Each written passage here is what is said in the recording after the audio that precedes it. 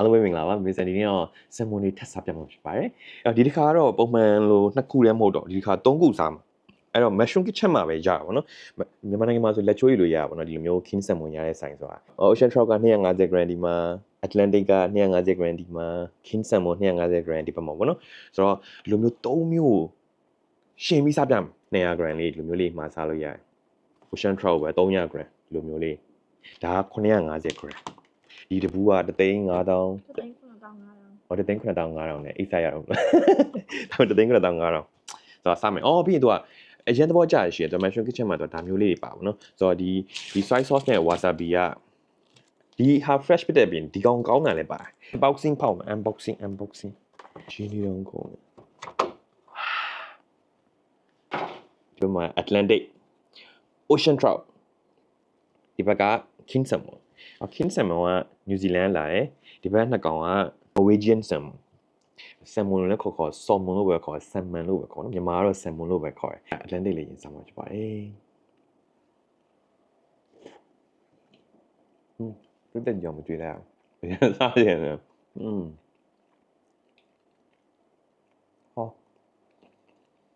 ဝါဆာဘီမစားဖိတယ်နေစားချင်ဒီဘက် Ocean Trout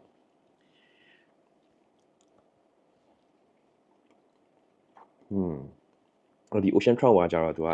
အရသာအချိုးကဲတဲ့ဘက်ကိုပို့သွားတယ်ပြီးရင်ဒီ after taste မှာ salmon ရဲ့အရသာတိတ်မပေါဒါပေမဲ့ဒီဘက်က Atlantic မှာကြတော့စားပြီးလို့ရှိရင်ဒီ salmon ရဲ့အစီရတာကိုပိုပြီးခံစားဒီဘက်က Norwegian Atlantic ကကြတော့ salmon အစစ်ဒီဘက်က Ocean Trout ကကြတော့သူ trout မျိုးစားပါနော် salmon ရဲ့ရောက်ဖလို့ခေါ်တော့ပေါ့သူကအမျိုးတော်ဒီဘက်နှစ်ခုစားပြီးဒီဘက် king salmon လေးစား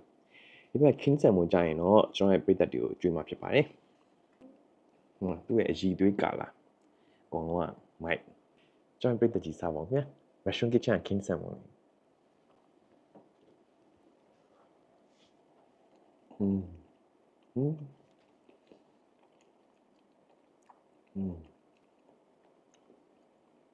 သူ့ texture အရသာကဒီဘက်နှစ်ခုတည်းကိုလုံးဝပိုကောင်းတယ်ပေါ့နော်ဒါတော့မှအခုဒီယာဒီမှာထွက်တဲ့ဒီ king salmon အကောင်နည်းနည်းသေးသွားလို့အရင်တော့အကောင်ကြီးတွေဆိုရင်စောင်းဝဒီမှာထွက်တဲ့အကောင်ကြီးတွေဆိုရင်ရတာပိုပြီးတော့လေးပြီးတော့ပိုကောင်းတာပေါ့နော်အခုကနည်းနည်းလေးရတာပေါ့သွားဒါပေမဲ့အောက်တိုဘာမှာထွက်မဲ့ king salmon ကအရန်ကောင်းတယ်လူကြိုက်လည်းအရန်များတယ်အဲ့တော့ဂျပန်ဆိုင်တွေမှာအိုမာကာစီဆိုင်တွေမှာဆိုလို့ရှိရင်လေဒီမျိုး king salmon တွေတုံးကြတယ် quality ကောင်းကောင်းနဲ့ဆိုတော့အဲ့ဒါမျိုးမြန်မာနိုင်ငံမှာစားလို့ရမှာ mushroom kitchen မှာစားလို့ရဒီဘက်ကဟာလေး2မျိုးလို့ချန်ထားဒီကဝါဆာဘီနဲ့ဆောင်ဝါဆာဘီအများကြီးနဲ့ဆောင်အများကြီးတော့မဟုတ်ပါဘူးလောက်ပဲဒီက3တုံးစားမယ်ကွာ3တုံးအိုး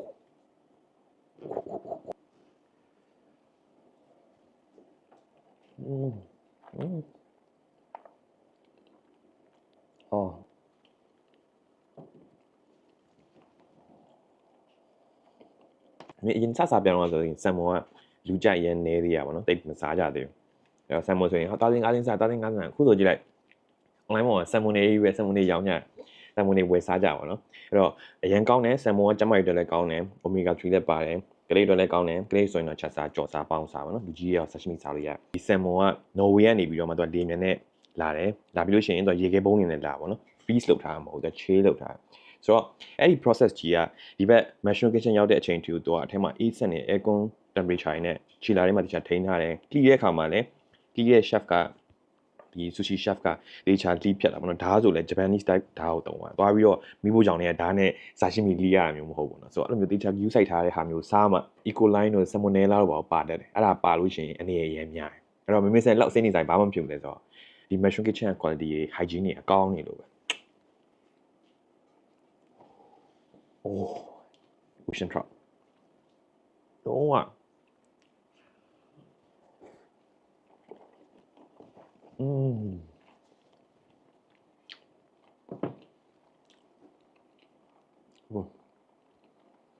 သာစားမလို့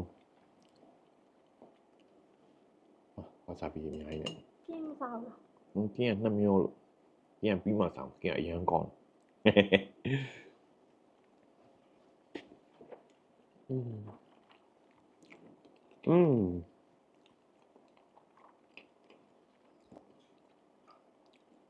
ဟောတီမီ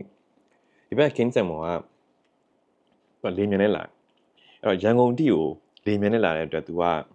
ပြောရမလဲအရေးအတွက်ကန့်သက်ချက်ရှိရပါတော့အများကြီးတည်လို့မရဘူးဒီ King Salmon ကရောက်တဲ့အချိန်လေးပဲစားလို့ရတယ်အဲ့တော့ဟို King Salmon မရှိတဲ့အချိန်ကနည်းနည်းပိုများတယ်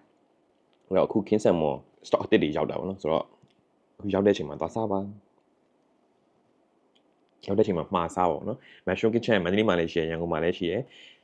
ရန်ကုန်ကမှာစားစားမန္တလေးမှာမှာစားစားအိမ်မှာမှာစားလို့ရတယ်ပြီးလို့ရှိရင်ဆိုင်မှာစားကြလို့ရှိရင် sushi ရမရှိအဲ့တော့အိမ်တော့ Mushroom Kitchen ကျတော့သူက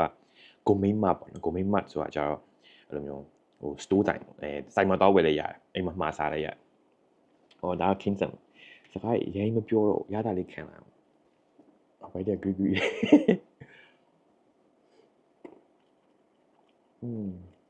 ဆိုဒီ AK အချိန်မှာဆိုရင်သူ့ရဲ့ဒီ King Salmon size ကအကောင်ပိုကြီးရင်သူ့အရသာပိုပြီးတော့ပိုကောင်းတယ်ဒီကောင်ကနည်းနည်းလေးသေးกว่าပေါ့နော်အခုချိန်ကကျတော့နည်းနည်းလေးပေါ့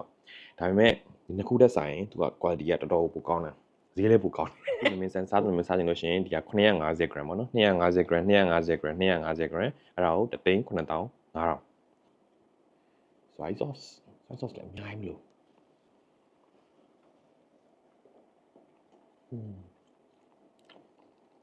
ဝါဆာဘီတို့ဒီကောင်မှာတင်လိုက်တင်း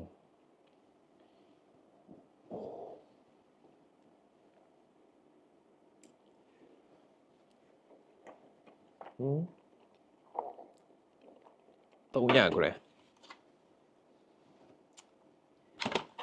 お願いしますねえこれじゃあဒိုဝါဆာဘီကိုဒီရဲကိုထည့်စားတယ်ရဲထည့်စားတယ်ဘာမှမဖြစ်နော်ကိုအကြိုက်နဲ့ကိုပဲဒီစနစ်အမှန်တော့ဒီလိုမျိုးတင်စားပါနော်ဒီစနစ်မှန်မှုရမလို့နော်ကိုကြက်တဲ့ကိုစားပါနော်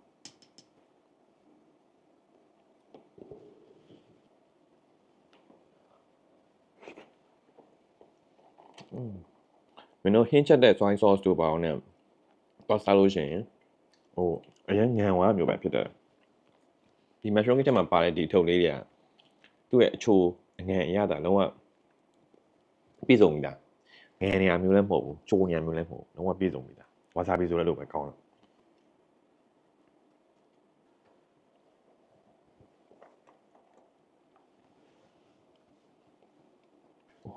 အကြိုက်ဆုံးကတော့ဒီဘက်က King Salmon ဆမ်မွန်ဘရင်ပေါ့နော်ဒါဆမ်မွန်ဘရင်ကိုဆမ်မွန်ဘရင်ကြီးကစားနေ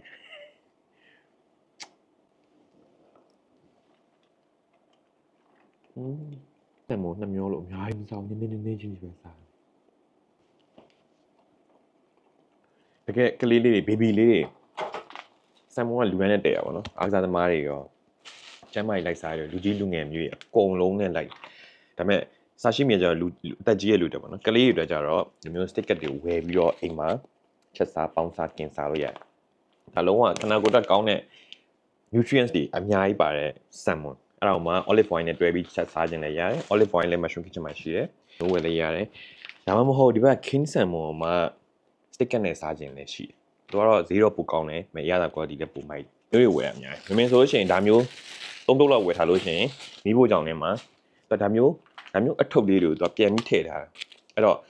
ဓာကြီးဖွင့်လိုက်လို့ရှိရင်လည်းတုံးချင်းစီအထုပ်လေးတွေနဲ့ဖြစ်နေတဲ့အတွက် freezer ထဲမှာထည့်ထားလို့ရှိရင်လိုတဲ့အချိန်ယူပြီးစားရုံအဲ့တော့ဒီဘက်က freezer ထဲမှာထည့်ထားတဲ့အချိန်မှာနောက်နေ့မနက်စားမယ်ဆိုရင် freezer ထဲကနေခြေလာလေးကိုညာထဲပြောင်းထားလိုက်ပြီးရင်နောက်နေ့ကြာလို့ရှိရင်ခြေလာတွေကဟာအရေးလေးပျော့နေချိန်တိုင်းအဲ့ဒါကိုစားပြီးတော့ကြော်စားกินစားလို့ရ